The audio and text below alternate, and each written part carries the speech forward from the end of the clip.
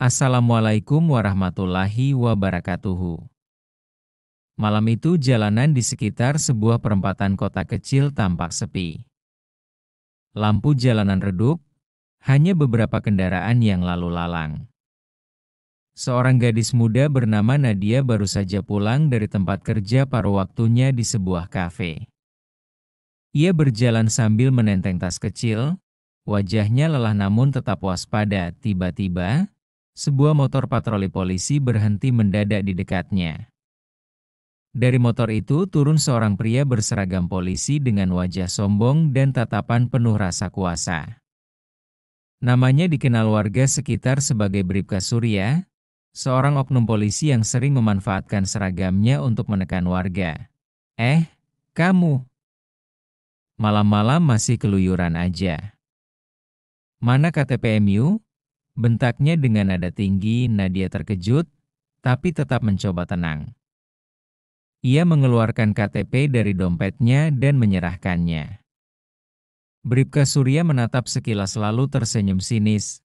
Kalau nggak mau saya bawa ke kantor, kamu harus ngertilah. Kasih uang rokok. Minimal 1 juta, biar urusan beres. Nadia menatapnya tajam. Ia tahu ini bukan prosedur resmi. Hatinya mulai berdebar, antara takut dan marah. Pak, saya nggak salah apa-apa. Saya cuma pulang kerja. Kenapa harus bayar? Jawabnya dengan suara tegas, meski tangannya bergetar. Bribka Surya mendengus, lalu mendekat lebih rapat, seakan ingin menakut-nakuti. Jangan banyak alasan. Kamu kira saya nggak bisa bikin kamu bermasalah? Kalau saya bilang kamu bawa barang terlarang, siapa yang bisa bela? Situasi jadi tegang. Nadia mulai sadar bahwa malam itu mungkin akan berakhir buruk jika ia hanya diam. Tapi Bribka Surya tidak tahu. Nadia punya sesuatu yang membuatnya berbeda dari gadis biasa. Sesuatu yang bisa membalik keadaan hanya dalam hitungan detik. Apakah kamu mau saya lanjutkan ke bagian 2? Biar kisahnya makin panas. Bagian 2. Senjata tersembunyi. Nadia melangkah mundur setapak, matanya tak lepas dari tatapan angkuh Bribka Surya. Malam semakin hening, suara jangkrik terdengar jelas di balik pepohonan. Namun, ketegangan di antara mereka jauh lebih keras daripada sunyi malam itu. Bribka Surya menyeringai, lalu menepuk-nepuk borgol yang menggantung di pinggangnya. Ayo cepat, saya nggak punya waktu. Kalau nggak kasih, jangan salahkan saya kalau kamu saya giring ke kantor. Nadia menarik napas panjang. Dari dalam tas kecilnya, ia mengeluarkan sesuatu perlahan. Sebuah alat kejut listrik kecil berbentuk seperti pulpen. Senjata itu biasanya ia bawa untuk melindungi diri, mengingat jalanan malam sering rawan. Pak, jangan macam-macam sama saya, kata Nadia dengan suara dingin. Tangannya kini mantap memegang alat itu, siap digunakan. Bribka Surya tertawa terbahak, seolah meremehkan. Hahaha, cewek kaya kamu mau lawan polisi? Serius?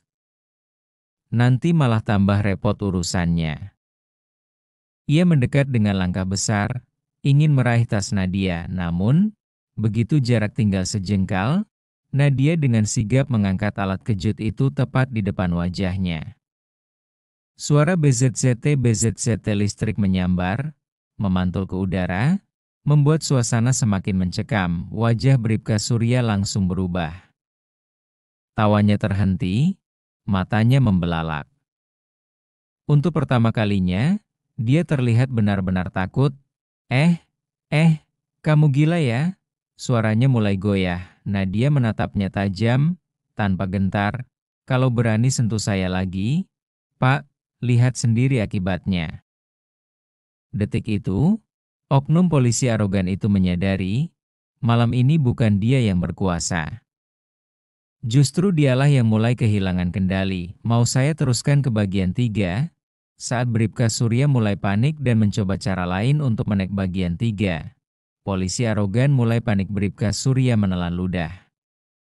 Senyum sinis yang tadi melekat di wajahnya lenyap digantikan ekspresi gugup.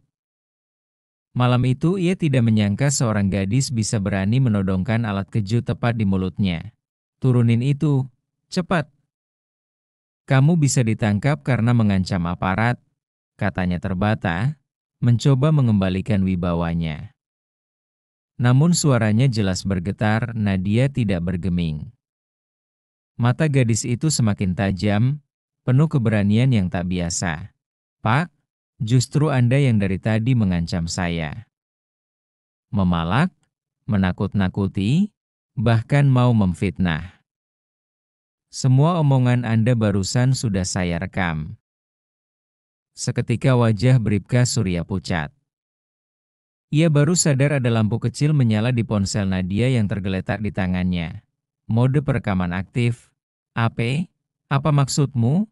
Suaranya naik, tapi jelas syarat kepanikan. Nadia mendekat sedikit, alat kejut masih menempel nyaris di bibir oknum polisi itu. "Maksud saya sederhana, Pak.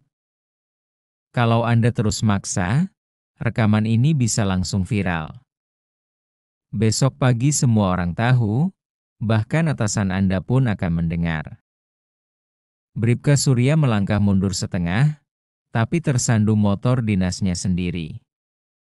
Tangannya bergetar, keringat dingin mulai bercucuran. Ia tak lagi punya wajah arogan seperti sebelumnya, namun egonya sebagai polisi membuatnya masih mencoba bertahan. "Kamu pikir gampang ya main-main sama aparat? Sekali saya telepon, bisa langsung ada patroli datang." Nadia tersenyum dingin, seolah sudah mengantisipasi. "Silakan telepon, Pak. Kita lihat siapa yang lebih dulu kena masalah." Kini situasi benar-benar berbalik. Sang oknum yang biasanya ditakuti warga, malah jadi orang yang ketakutan setengah mati di hadapan seorang gadis biasa. "Apakah kamu mau saya teruskan ke bagian 4, di mana Bribka Surya mulai nekat mencari cara kotor lain untuk menyelamatkan dirinya?" Bribka Surya berdiri kaku.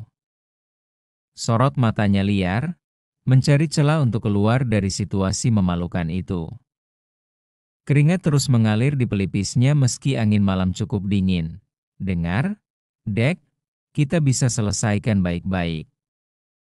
Gak usah sampai ribut begini," katanya dengan nada memelas, jauh berbeda dari arogansinya tadi. Nadia menurunkan sedikit alat kejut, tapi tetap waspada.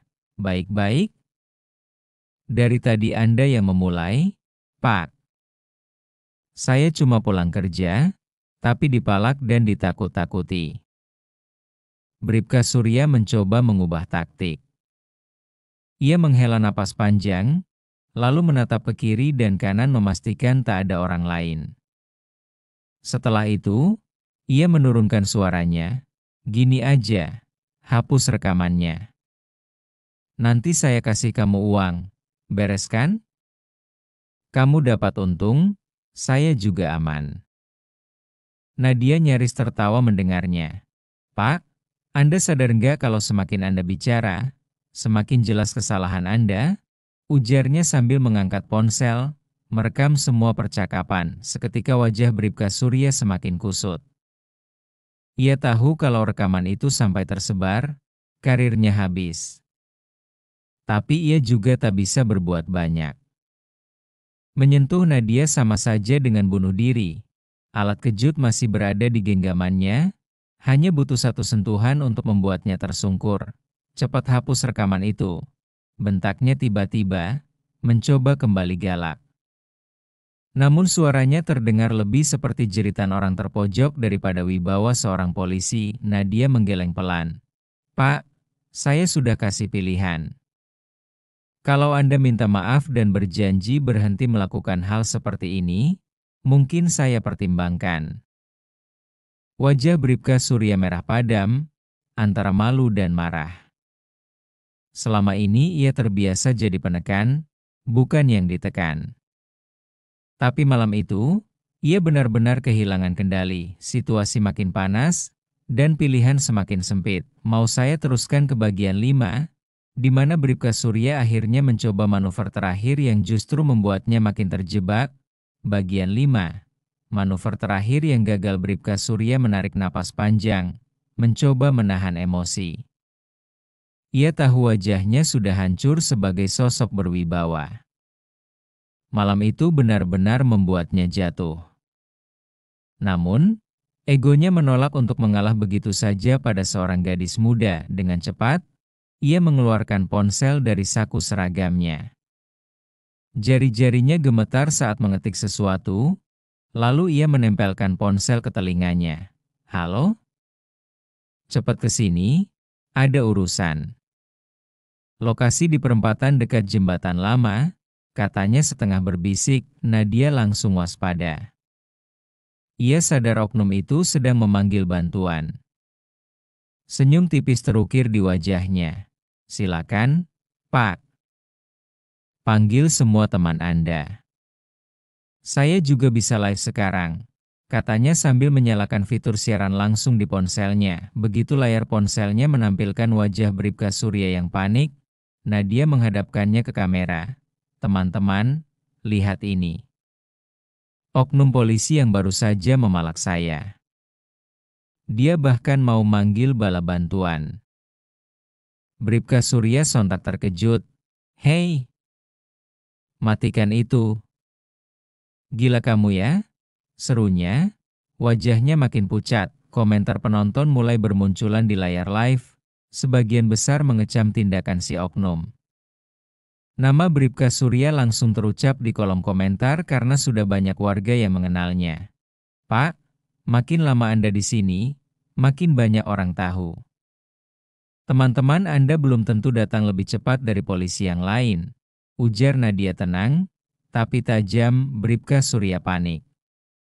Ia menutup ponselnya dengan kasar, mencoba menghentikan panggilan tadi.